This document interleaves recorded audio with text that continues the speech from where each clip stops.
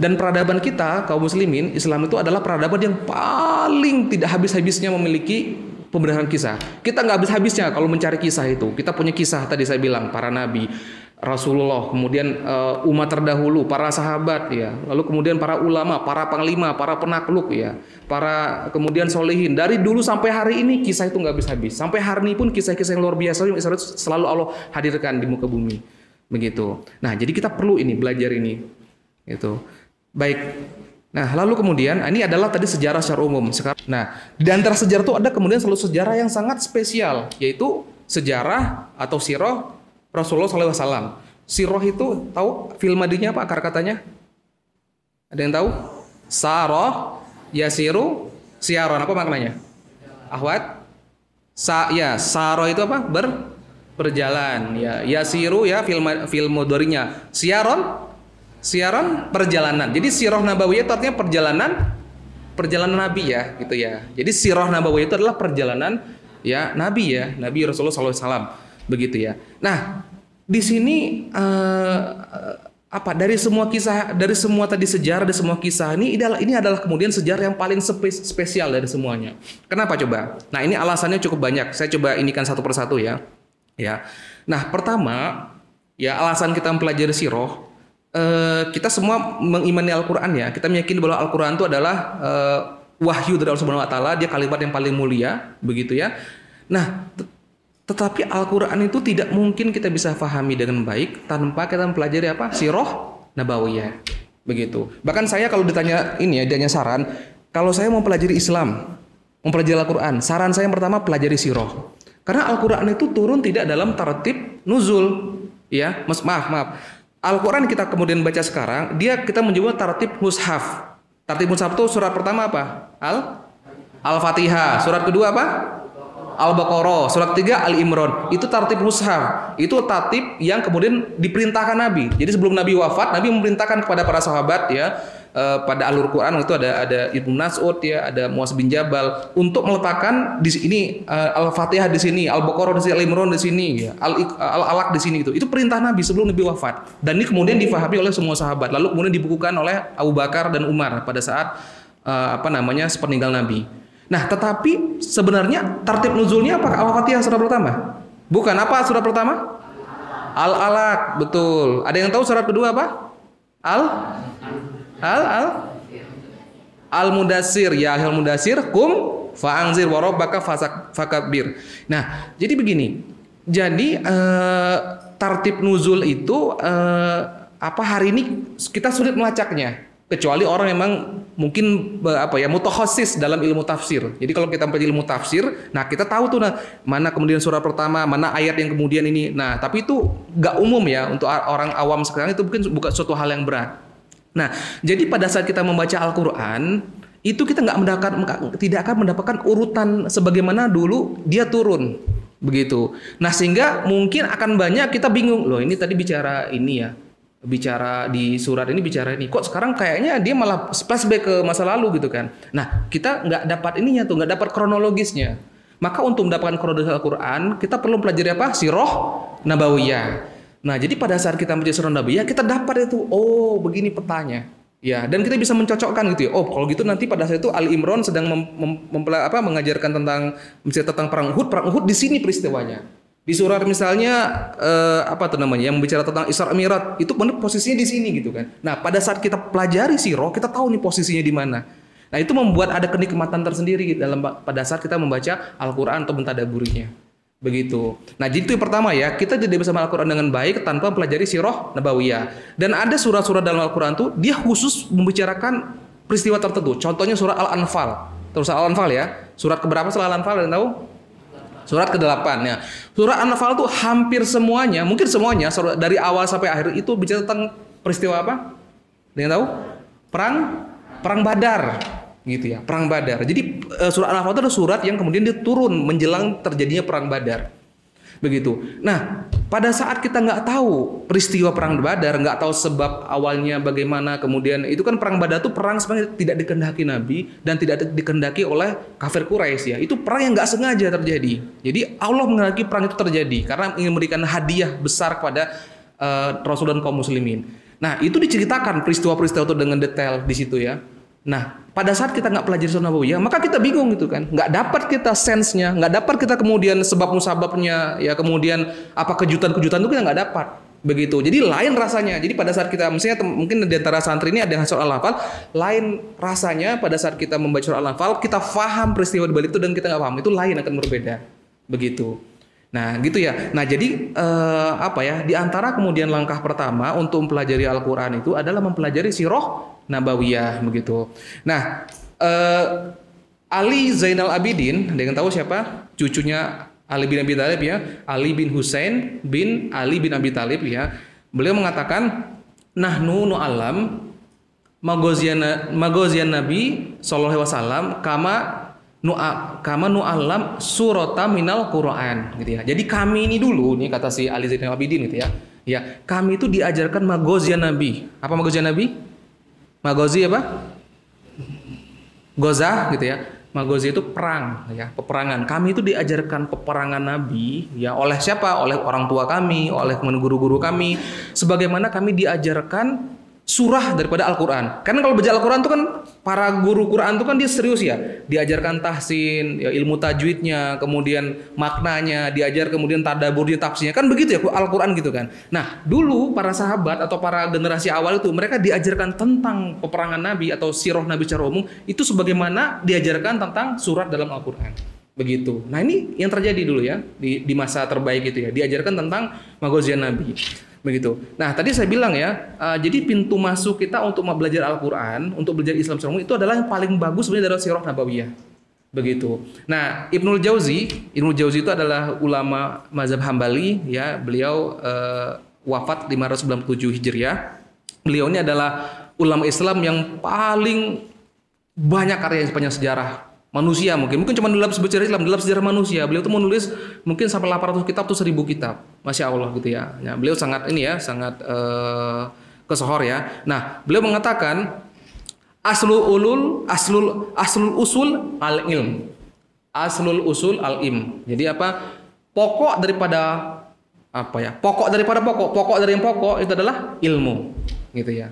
Wa anfaul ulum ya, anfaul ulum ilmu yang paling bermanfaat an-nazar fi syari Rasulullah sallallahu alaihi wasallam. Jadi pendapat beliau nih ya, pendapat Ibnu Jauzi bahwa pokok dari semua poros adalah ilmu, dan ilmu yang paling bermanfaat adalah an-nazar apa ya? Mempelajari ya, melihat gitu ya, mentadaburi itu apa? Sirah Rasulullah sallallahu alaihi wasallam. Ini pendapat beliau. Begitu, dan menurut saya itu nggak berlebihan ya, ini nggak berlebihan begitu. Oke, yang pertama itu ya, jadi kita tidak bisa memahami Al-Quran dengan baik tanpa mempelajari sirah nabawiyah. Itu alasan pertama kita mempelajari sirah nabawiyah. Yang kedua, ma'rifatun nabi ya, ma'rifatun nabi yaitu apa? Mengenal nabi ya, mengenal apa? Mengenal pribadi nabi, mengenal keluarganya, mengenal sahabatnya, mengenal dakwahnya, mengenal perjuangannya, mengenal pengorbanannya, dan mengenal jasa-jasanya hingga sampai ke kita. Dan kita jadi paham kenapa Allah tuh memerintahkan di surat At-Taubah ayat 24, Allah tuh memerintahkan katakanlah jika bapak-bapak, anak-anak ya, keluarga, perniagaan ya, rumah dan sebagainya itu lebih engkau cintai daripada Allah, Rasulnya, dan berjihad di jalannya, maka tunggulah, kata Allah. Tunggulah sampai Allah mendatangkan keputusannya, dan Allah tidak memberi petunjuk kepada orang-orang yang zolim. Nah, di sini Allah tuh meletakkan urutan cinta. Urutan cinta tuh nomor satu apa? Yang paling kita cintai? Allah. Yang kedua adalah Rasulullah tadi kan, Rasulullah. Jadi kalau dalam hati kita ini ya, ada yang lebih kita cintai gitu ya, selain Allah dan Rasul, baik itu harta, baik itu bapak kita, anak kita, harta perniagaan kita, perusahaan kita gitu kan, maka itu Allah marah. Tunggulah, kata Allah, tunggulah ya, seperti itu. Nah, jadi kita untuk sampai ke sana kita perlu kenal Nabi itu siapa ya, akhlaknya, perilakunya, kebiasaan dia sehari-hari ya. Kemudian ya, kalau kalian pernah belajar Syama'il Nabi ya, karya Imam Tirmizi, nanti diajarkan seperti apa sendal Nabi, seperti apa rumah Nabi gitu ya, seperti apa kemudian ruangan tempat dia tinggal itu seperti apa gitu ya. Kemudian jalan langkah kalau Nabi berjalan itu seperti apa gitu kan. Nah, kita perlu sampai ke sana, sampai ke tingkat itu untuk belajar Nabi. Jadi semakin kita tahu Nabi, maka semakin besar rasa cinta kita kepada Rasulullah. Baik. Nah, yang ketiga, jadi tadi ma'rifatun Nabi ya, ma'rifatun Nabi ya. Yang ketiga, agar manusia mendapatkan gambaran masaul a'la ya. Maslaul a'la gitu. Maslaul a'la itu apa? Itu adalah kemudian gambaran model terbaik dalam seluruh hal. Ya. Jadi Nabi itu dia mencapai capaian tertinggi ya, level tertinggi dalam semua hal. Dalam sholat itu Nabi yang paling khusyuk, Nabi yang paling lama sholatnya, Nabi yang kemudian paling bagus bacaannya, yang paling khusyuk, paling memenuhi semua hak-haknya. Dalam kemudian sedekah itu Nabi juga yang paling yang paling ikhlas, yang paling besar mungkin persentase daripada ininya. Dalam kemudian menjadi seorang bapak gitu ya, itu Nabi adalah menjadi bapak terbaik. Dalam posisi sebagai suami, Nabi adalah suami terbaik. Dalam posisi sebagai panglima, Nabi adalah panglima terbaik. Ketika posisi sebagai seorang teman, Nabi adalah sahabat terbaik, teman terbaik. Dalam posisi sebagai panglima perang, Nabi adalah panglima terbaik gitu ya. Nah, jadi kita dapat model. Oh, begini model al-maslaul a'la itu model terbaik yang dalam sejarah manusia adalah seperti ini. Kayak gitu. Jadi kita nggak meraba-raba lagi gitu kan. Kalau sekarang kan kita mungkin ada yang idolanya Peter Pan kayak gitu kan, Bon Jovi gitu kan, atau siapa namanya mungkin Upin Ipin apa gitu kan. Nah ini kita bingung gitu kan, nggak dapat gitu ya. Tapi kalau kita pelajari Nabi, kita dapat tuh model terbaik itu seperti apa. Begitu. Oh berarti ini yang kita kejar nih, gitu kan. Dalam perjalanan hidup kita ini yang mencoba kita kejar. Walaupun sampai kapanpun kita nggak mungkin pernah bisa menyamai Nabi, itu nggak mungkin ya. Tapi kita dapat arah, dapat tujuan. Oh ke sana kita harus bergerak. Begitu. Ya. Nah, jadi kenapa bisa seperti itu? Karena ada uswah ya, uswah hasanah dalam setiap aspek kehidupan Nabi ya. Di surat Al-Ahzab ya, ayat 21 Allah Subhanahu wa taala katakan ya, laqad kana fi Rasulillah uswatun hasanah liman kana yarjullah wal yaumil akhir gitu ya. Sungguh telah ada ya dalam diri Rasul itu adalah uswah hasanah gitu kan. Barang siapa yang mengharapkan perjumpaan dengan Allah dan yaumil akhir begitu. Nah, jadi di sini Allah langsung kemudian bersaksi ya. Allah Subhanahu wa taala langsung bersaksi tentang bahwa Nabi itu adalah uswah dan Nabi adalah uswah secara lengkap. Kita mungkin punya orang-orang yang hebat yang kita jadikan idola ya. Mungkin ada orang yang mengidolakan Napoleon Bonaparte, ada orang yang mengidolakan misalnya siapa misalnya Soekarno misalnya, ada yang mengidolakan misalnya siapa misalnya Alexander the Great gitu kan. Tapi orang-orang yang tadi kita kagumi itu dengan semua prestasinya, mereka pasti punya cacat dalam banyak hal gitu ya. Contoh misalnya Alexander the Great, itu kan adalah raja Yunani yang kemudian di masanya itu dia menaklukkan hampir mungkin hampir setengah atau sepertiga daripada dunia yang diketahui pada saat itu. Begitu. Nah, tapi Alexander the Great kalau kita pelajari ceritanya, dia apa? Dia punya kelainan apa? Dalam catatan dia kelihatan homoseksual kayak gitu kan. Berarti ini adalah orang yang punya mungkin kehebatan dalam satu hal, tapi dalam hal ini dia tercela gitu ya. Napoleon Bonaparte itu juga orang hebat di 1800 ya di Eropa, hampir semua Eropa waktu itu ya. Begitu. Nah, tapi kalau kita pelajari beliau itu apa? Beliau itu punya sifat megalomania. Megalomania itu adalah dia memiliki saya paling hebat, saya paling keren kayak gitu kan. Ini kan nggak bagus ya. Kesombongan itu nggak disukai manusia, begitu. Nah, terus siapa lagi misalnya kita yang kita sukai misalnya banyak lah ya. Nah, semua tokoh-tokoh itu mereka tuh biasanya memiliki keunggulan dalam satu hal saja, satu aspek dalam kehidupan. Tapi aspek lain tuh mereka ya berantakan, mereka lemah, ya mereka mungkin di situ malah tercela malah di situ gitu ya. Nah, kita kalau mencari orang menjadi model sempurna dan mencapai prestasi tertinggi itu adalah Rasulullah SAW. Begitu. Ya, gitu ya. Jadi manusia itu mendapatkan al-maslaul a'la gitu kan, gambaran ya model terbaik. Ya. Lalu kemudian ya alasan keempat kita mempelajari sirah adalah di dalam perbuatan Nabi, dalam tingkah laku Nabi, ya dalam diamnya, dalam bicaranya, ya dalam bergeraknya, dalam tidurnya, itu ada apa? Ada hukum syariah, ya. Ada hukum syariah yang itu mengikat seluruh umat manusia sampai hari kiamat. Ya. Gitu. Nah, ini cuma ada Nabi, nggak ada manusia ya yang kemudian perbuatannya itu kemudian berdampak hukum. Ya, jadi perbuatan Nabi ada berdampak hukum wajib, ada berdampak hukumnya sunnah, ada berdampak hukumnya haram dan sebagainya gitu ya. Nah, itu hanya Rasulullah SAW yang kemudian perbuatannya memiliki dampak hukum dan itu mengikat kita sampai hari kiamat. Seluruh manusia, bukan cuma kita. Semua manusia yang lahir bernafas di muka bumi ini itu terikat dengan hukum-hukum yang kemudian itu sebagian sandarnya adalah kepada sunnah Nabi atau perbuatan Nabi. Gitu. Nah, yang kelima, mempelajari jadi alasan kita mempelajari sirah itu adalah kita jadi mengetahui strategi Nabi dalam berdakwah. Ya, Nabi ini kan punya fase dakwah atau episode dakwah yang lengkap. Ya, dari mulai kemudian dakwah yang paling kecil tuh dia dengan keluarganya sendiri ya, kepada istrinya ya, kepada ponakannya, sepupunya, kepada sahabat terbaiknya Abu Bakar gitu ya. Lalu kemudian meluas kepada keluarganya yang lebih luas ya, kepada Abu Lahab ya, kepada Hamzah dan sebagainya. Itu lalu kemudian setelah 3 tahun ya, dia kemudian meluas lagi kepada siapa? Kepada penduduk Mekah. Lalu kemudian ketika sudah tidak ini, dia kemudian berdakwah kepada, dia mengirim utusan ke negeri lain ya, ke mana dia mengirim ke Habasyah ya, dia mengirim ke Madinah gitu ya. Sampai kemudian beliau terusir, beliau hijrah. Nah, dia kemudian menjadi pemimpin ya, kepala negara di situ. Nah, jadi kalau kita pelajari Nabi itu dia lengkap episode dakwahnya. Dan itu jadi kita sebagai muslim yang punya kesadaran mewarisi perjuangan Nabi, kita bisa tahu posisi kita di mana sekarang. Di dalam posisi kita ini di mana Nabi itu saat itu gitu kan. Nah, kita bisa mengambil pelajaran dari situ. Begitu. Baik ya, lanjut ya.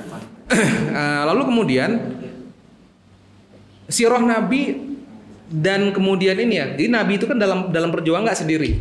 Ya, Nabi bersama siapa? Para sahabat. Nah, perjuangan Nabi bersama para sahabat secara kolektif ini menjadi panduan buat kita ya dalam setiap keadaan dihadapi umat ini. Jadi seperti Nabi dan para sahabat sebagai generasi terbaik, umat ini kan mengalami ujian-ujian besar ya, di masa Bani Umayyah, di masa nanti ada Abbasiyah, Turki Utsmani ya, di masa mungkin Muslim Nusantara gitu ya.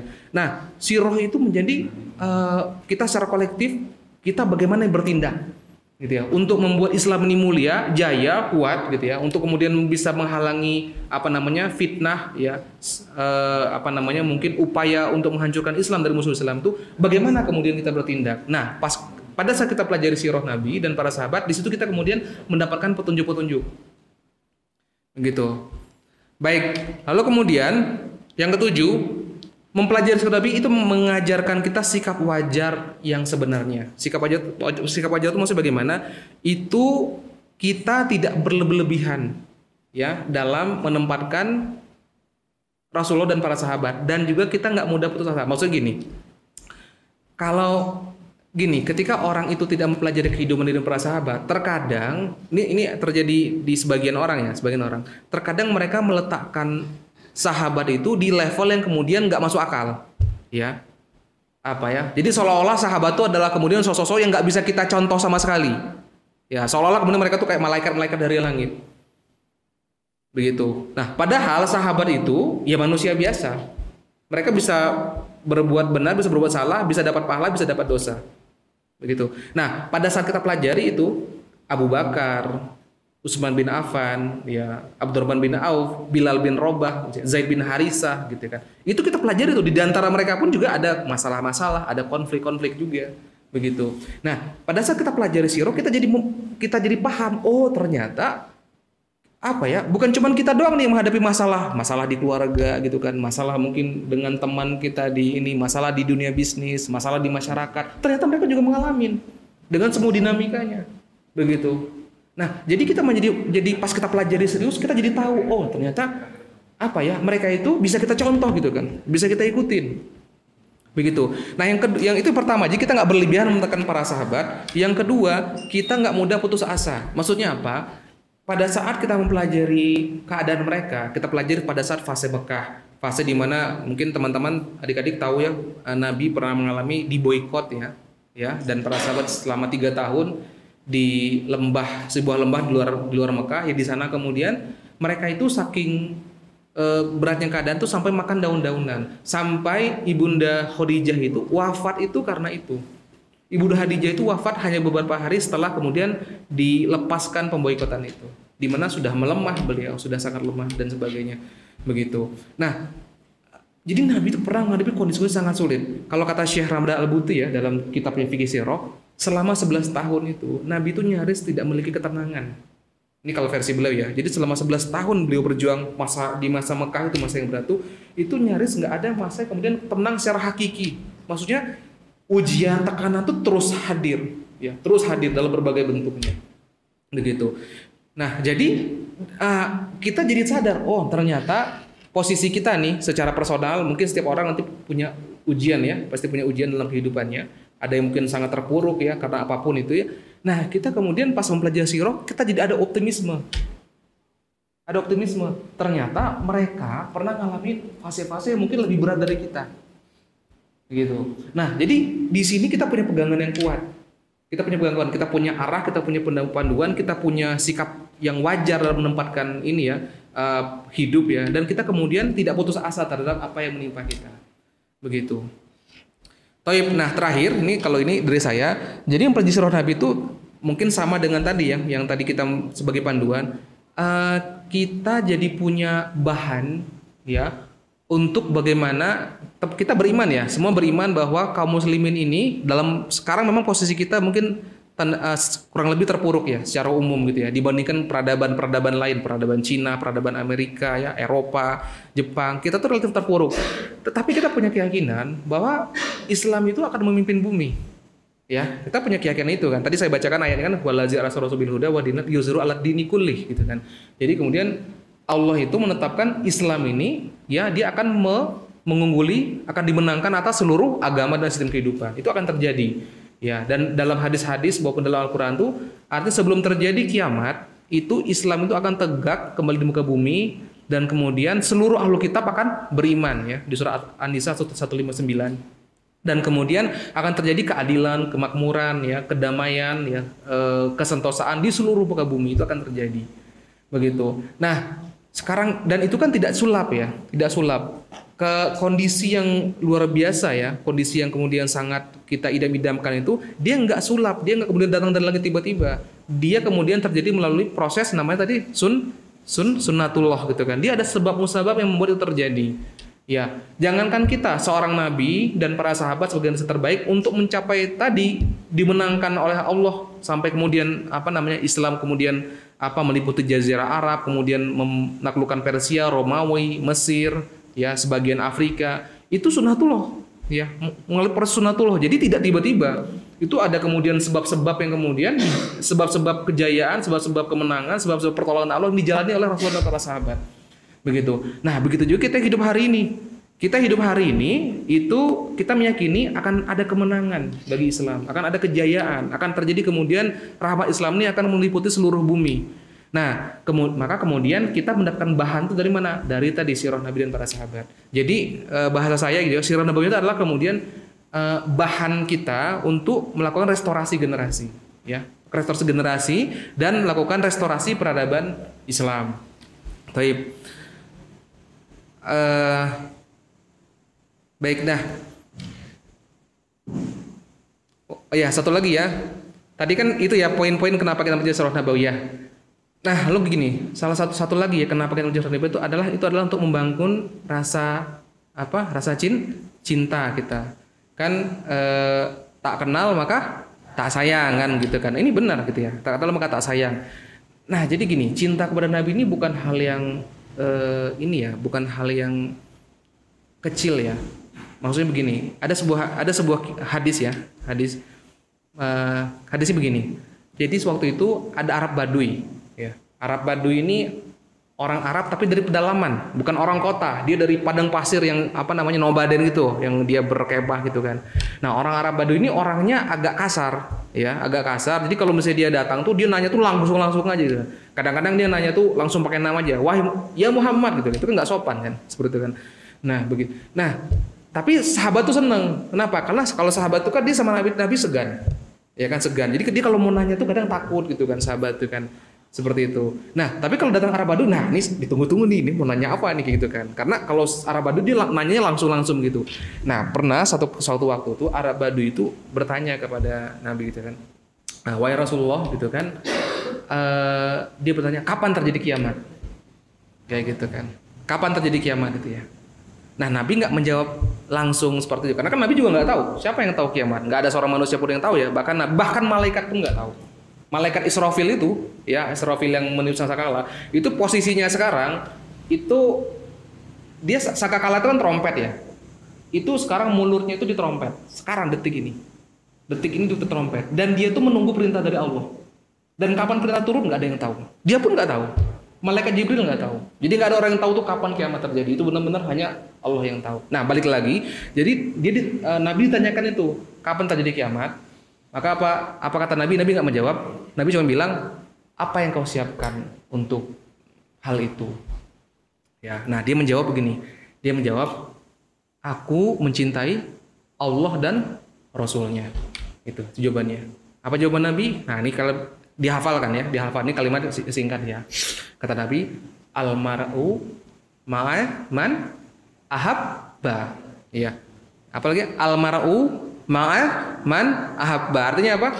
Seseorang itu bersama orang yang dia cintai. Begitu. Tadi ketika dia mengatakan itu, apa coba reaksi para sahabat? Itu Masya Allah. Para sahabat itu mengatakan ya, kalau nggak salah tuh yang meriwayatkan adalah Anas bin Malik. Katanya apa? Tidak ada hal yang lebih menggembirakan, membahagiakan kaum muslimin ya setelah keislaman mereka ya selain daripada mendengarkan hadis itu. Ya. Itu. Jadi kaum muslimin itu hal yang paling bahagia buat mereka dan hidup mereka tuh pertama kali itu apa? Dulu di awal itu adalah apa? Keislaman mereka. Karena Islam itu kan menjamin kebahagiaan mereka ya, kebahagiaan mereka yang abadi gitu kan. Nah, kata Anas bin Malik, tidak ada hal yang lebih membahagiakan mereka ya setelah keislaman mereka ya melainkan adalah hadis tersebut. Gitu. Jadi sahabat ini jadi punya harapan. Mereka punya harapan besar. Kan sahabat itu kan sangat mencintai Nabi ya. Cuman mereka tuh aduh, saya ini amal saya masih lemah gitu kan. Tahajud saya mungkin ya paling cuma dapat berapa dalam seminggu. Quran saya mungkin cuma berapa surat yang saya hafal gitu ya. Kemudian jadi sahabat tuh dia banyak was-was, saya gimana ya nanti ya. Kalau nanti saya di akhirat, saya di mana ya? Di mana saya terhadap Nabi gitu kan. Nabi di tingkat mana, saya tingkat mana gitu kan. Nah, ini menjadi apa ya? Kekhawatiran sahabat gitu kan, kemasgulan mereka. Nah, pas mereka mendengar hadis itu menjadi kegembiraan terbesar. Kenapa? Karena mereka tahu, mereka sangat mencintai Nabi dan hadis itu insya Allah menjamin mereka membersamai Nabi nanti di akhirat. Begitu. Nah, para sahabat itu mudah mencintai Nabi. Kenapa? Karena apa? Karena sahabat itu bertemu langsung sama Nabi, melihat Nabi, berinteraksi sama Nabi, ngobrol sama Nabi, ya berjuang bersama Nabi, ya melihat bagaimana Nabi berperang, bagaimana Nabi kemudian mendapatkan tekanan-tekanan, ujian-ujian, ya bagaimana kemudian Nabi memimpin mereka. Jadi bagaimana rasa cinta itu nggak tumbuh karena mereka bersama Nabi setiap hari. Begitu. Maka otomatis orang-orang yang bersama itu cintanya membuncah. Gitu ya. Mereka rela mengorbankan semuanya lah, harta mereka, tanah air mereka, nyawa mereka untuk Nabi. Murah nyawa mereka itu. Demi Nabi itu murah gitu. Nah, kita apakah punya cinta sebesar itu? Belum tentu kan? Belum tentu. Nah sekarang gini, berarti apa? Cinta kita terhadap Nabi itu berdampak terhadap apa? Terhadap kedudukan kita nanti. Ya, cinta kita kepada Nabi berdampak terhadap kedudukan kita nanti. Ya, artinya apa? Semakin besar cinta kita kepada Nabi, ya, semakin dalam, maka semakin dekat kita kepada Nabi. Nah, cinta kepada Nabi itu tidak mungkin terjadi melainkan apa? Dengan mengenal beliau. Ya, dengan mengenal beliau secara mendalam, dan itu tidak bisa terjadi melainkan dengan mempelajari apa? Sirah Nabawiyah, gitu ya. Nah, jadi gini, jadi mempelajari Sirah Nabawiyah itu nggak cuma sekedar pengetahuan. Makin kalian mempelajari dalam, kalian pelajari buku-buku sirah itu kan banyak ya. Sebenarnya kalau dari zaman dulu para ulama terus sampai hari ini ada ribuan, ya kitab Sirah Nabawiyah itu ribuan. Banyak sekali. Ini mungkin satu pun belum ada yang baca nih, mungkin jangan-jangan seperti itu kan. Nah, makin kita mempelajari sirah itu maka makin dalam kita, makin kita cinta, makin kita sadar, makin kita tahu posisi kita terhadap Nabi, makin kita ingin bisa berjumpa sama beliau nanti di Al-Haud ya, di telaga Al-Kausar nanti di akhirat. Makin kita ingin bisa bertetangga sama beliau, begitu. Gitu. Nah, jadi gitu ya. Jadi ini mempelajari sirah ini PR besar ya buat semua adik-adik ya, termasuk saya juga ya. Ini PR besar. Jadi usahakan kita tahu benar Nabi itu siapa, tahu benar semua aspeknya, gitu. Nah, para ulama itu memberikan arahan atau kemudian kalau kita untuk pelajari sirah itu kemudian mulai dari mana? Nah, nanti saya mau ngasih beberapa ini ya. Secara umum pelajari sirah itu pertama itu kita mulai daripada kronologis. Kronologis. Kronologis itu adalah kitab yang menceritakan peristiwa berdasarkan urutan waktu. Ya, urutan waktu mestinya dari kelahiran Nabi, kemudian Nabi dia diasuh oleh ibu susunya ya, Halimah As-Sa'diyah gitu kan, di usia 2 tahun sampai usia 6 tahun ya. Nanti usia 6 tahun beliau kemudian sempat bersama ibunya gitu ya. Lalu kemudian nanti bersama kakeknya. Ini urutan kronologis ya. Nanti kemudian beliau setelah pemuda ya menjadi berdagang, beliau ikut perang ya, beliau kemudian menggembala, lalu kemudian nanti beliau menikah, beliau menjadi pemuka masyarakat, beliau menerima wahyu dan sebagainya. Jadi kan kita pelajari secara kronologis. Ini adalah level pertama mempelajari sirah nabawiyah. Kita pahami kronologisnya. Nah, yang kedua, sirah nabawiyah adalah kita mengetahui fikih hikmah atau fikih sirah. Fikih itu kan maknanya adalah faqih yafqahu itu adalah pemahaman ya, fiqhun ya. Fiqhun. Nah, kalau kita bicara fikih tidak mesti maksudnya fikih itu adalah hukum. Ya, dulu kalau bicara tafaqquh fiddin itu maknanya adalah mempelajari agama secara keseluruhan, bukan cuma hukum-hukum saja. Nah, jadi fikih sirah itu adalah mempelajari hikmah di balik peristiwa-peristiwa dalam sirah nabawiyah. Begitu. Jadi kita mempelajari hikmah kenapa Nabi itu memutuskan dakwahnya tuh private tuh tidak publik ya. Bahasa kita mungkin dakwah yang kemudian sembunyi-sembunyi gitu ya. Lalu kemudian kenapa Nabi nggak mengutus Umar bin Khattab ke Madinah, tapi Nabi mengutusnya Mus'ab bin Umair. Itu kenapa? Gitu ya. Lalu kemudian kenapa Nabi misalnya pada saat hijrah itu dia memilih sahabatnya adalah Abu Bakar As-Siddiq gitu kan. Kenapa Nabi memilih jalannya bukan jalan utama tapi jalan yang muter kayak gitu kan. Nah, ini kita harus cari tahu. Nah, dalam kita mencari tahu, mengetahui kemudian hal itu, nah itu ada ilmu-ilmu yang besar gitu ya. Kalau kata Imam Az-Zuhri itu kan fil maghazi ilmu akhirati wat dunia gitu ya. Jadi di dalam sirah itu ada ilmu akhirat, ada ilmu dunia.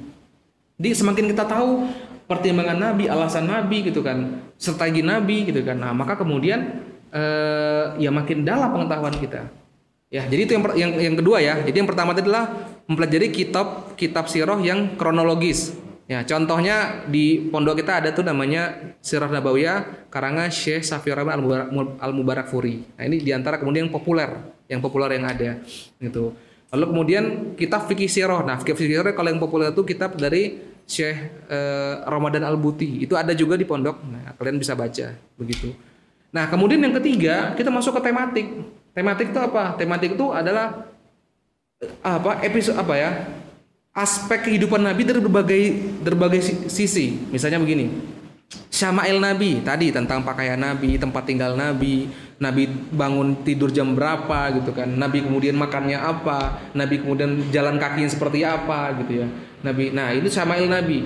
Nanti kemudian ada namanya kitab ini Rasulullah sebagai panglima perang. Nah, itu dia secara khusus membahas tentang peperangan Nabi dan bagaimana Nabi memimpin perang, bagaimana Nabi berstrategi gitu kan.